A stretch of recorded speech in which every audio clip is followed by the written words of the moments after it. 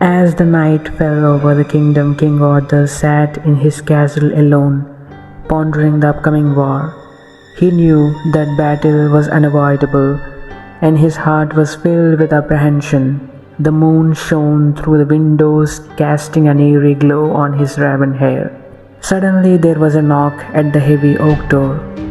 King called for the visitor to enter, the echo resonating through the chilly castle corridors. A man clad in black robes entered, a scythe clasped in his hand. His eyes were as deep as the night, and his face was veiled in shadow. I am Death. He declared, his voice as cold as ice. A chill ran down Arthur's spine. Death had come for him. Yet, instead of dread, his eyes reflected acceptance. He had always lived as a valorous king, and he would face death bravely. The king asked if he could evade his fated end by refraining from the battle. Death shook his head, replying that his time was up, war or no war. The king fell into deep thought. With resolute determination, King Arthur decided to embrace his end as a warrior. He chose to die on the battlefield, fighting for his kingdom rather than in the safety of his castle.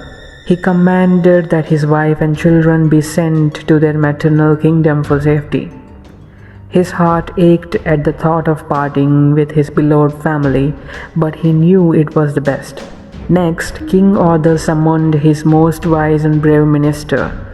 He was a stout man, intelligent and loyal, with sage-like eyes that held a world of wisdom.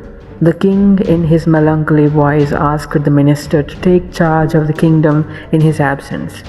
He expressed his trust in the minister's wisdom and courage to rule wisely. King Arthur told the minister that if he didn't return, he was to maintain the kingdom and pass it on to his sons when they were ready. The minister nodded, his eyes filled with sorrow and respect. The next day, King Arthur donned his battle armor.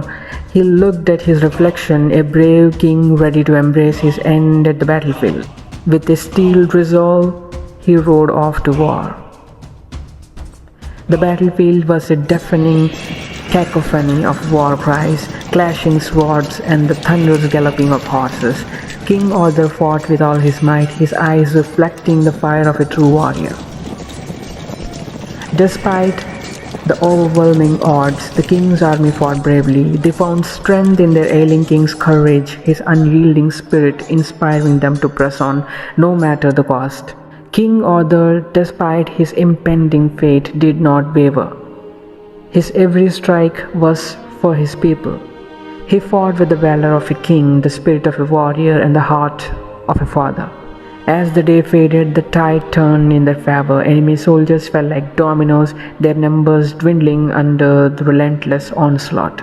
Yet Arthur knew his end was thrusting upon him. With every swing of his sword, his strength waned. But Arthur pressed on, his spirit refusing to yield. His deadly wounds were a testament to his courage and sacrifice. Finally, as the sun set and the dust of battle settled, victory was theirs. However, King Arthur was on the brink of death, his body failing him at last. He lay on the ground, his breaths growing shallow. He looked up at the darkening sky, a sense of peace washing over him. His end was near, but he had fulfilled his destiny. King Arthur's final thoughts were of his kingdom and family.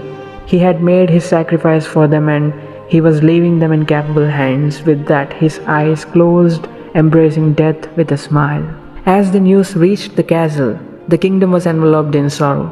Yet they were proud of their brave king, who had fought gallantly till his last breath for the love of his kingdom. His minister, now king, honored King Arthur's last wish. He pledged to serve the kingdom with all his wisdom and protect the royal heirs until they were ready to ascend the throne. His sons, when they ascended the throne, carried forward his legacy with pride and honor, instilling the same values their father had lived by in their rule. King Arthur's spirit lived on, his story forever a part of their kingdom. Even death, the inevitable destination of all, had honored the King Arthur, giving him a chance to choose his end. His sacrifice was a testament to his indomitable spirit and his love for his kingdom.